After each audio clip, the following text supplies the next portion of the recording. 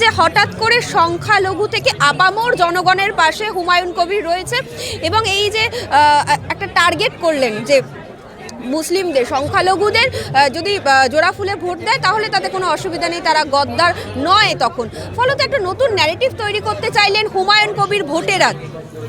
দেখুন, এই গদ্দার শব্দটায় হুমায়ুন কবিরের আপত্তি দেখেই বুঝে নিন যিনি কাদের হয়ে ব্যাট করছেন। মমতা বন্দ্যোপাধ্যায় গদ্দার শব্দটা শুভেন্দু অধিকারী সম্পর্কে প্রয়োগ করেন।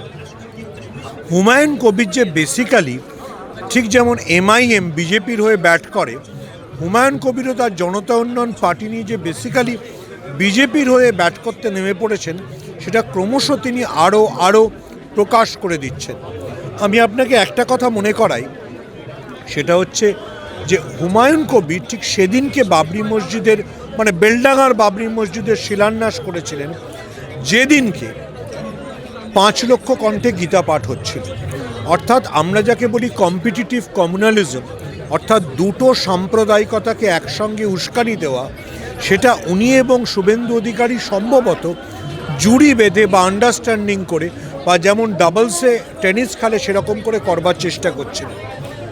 ওনার দুঃখের বিষয় যে পশ্চিমবাংলার নাগরিকরা সেই সাম্প্রদায়িকতার ফাঁদে পা দেয়নি। ক্রমশ আপনি দেখবেন যে হুমায়ুন কবির বাংলার রাজনীতিতে অপ্রাসঙ্গিক হয়ে গেছেন। ব্রিগেড থেকে তিনি এখন চলে গেছেন বেলডাঙ্গায় সভা করতে। তার যে আর ব্রিগেডে সভা করার দম নেই সেটা তিনি বুঝতে পেরে গেছেন। তিনি প্রথমে তার দলের হয়ে যেসব মহিলা প্রার্থীদের নাম ঘোষণা করেছিলেন, যেমন বালিগঞ্জে যে মহিলাকে প্রার্থী করেছিলেন তাকে উনি বাতিল করে দিয়েছেন। হুমায়ুন কবিরের যাবতীয় তাস যেগুলো উনি আস্তিনে লুকিয়ে রেখেছিলেন, যেগুলো দিয়ে উনি সাম্প্রদায়িক রাজনীতি করবার চেষ্টা করছিলেন, সেই সবকটা আস্তে আস্তে প্রকাশ হয়ে গেছে। ফলে সেই জন্যই আজকে হুমায়ুন কবিরের এইসব নতুন নাটক। এবং এই যে হঠাৎ করে সংখ্যালঘু থেকে বা এই যে মুসলমান যে সেক্টর, সেটা থেকে বেরিয়ে হিন্দুদের কথা বলা আজকে এই দরাজ কণ্ঠে, এবং আমি আপনাদের শত্রু নই, এই যে কথা বলা, তাহলে কি ভোটের আগে নতুন একটা তাস খেলা, যে হিন্দুদের ভোটও তাহলে চাইছেন হুমায়ুন কবির? না, আমি তো বুঝতে পারছি না। তার মানে উনি স্বীকার করে নিচ্ছেন না আগে উনি যে কথাগুলো বলছিলেন সেগুলো হিন্দুদের জন্য খারাপ ছিল। আজকে যদি আমি ওটার জন্য ক্ষমা চাই, তাহলে আমাকে বুঝতে হবে যে আগে আমি যে কাজগুলো করেছিলাম সেগুলো খারাপ। ফলে হুমায়ুন কবির নিজেই বলে দিচ্ছেন যে তার রাজনীতিটা শুরু ছিল সাম্প্রদায়িক কারণে। তিনি মুসলিম মৌলবাদের দোসর হিসেবে নামবার চেষ্টা করেছিলেন। তিনি মুসলিম মৌলবাদী তাস খেলছিলেন। সীমান্ত ঘেঁষা মুর্শিদাবাদ এবং মালদাকে তিনি টার্গেট করেছিলেন, ঠিক যেটা বিজেপিরও টার্গেট। এই কারণেই হুমায়ুন কবিরকে আজকে ক্ষমা চাইতে হচ্ছে। আমি যদি গতকাল আপনাকে থাপ্পড় না মেরে থাকি, আজকে আপনাকে ক্ষমা চাইবো কেন?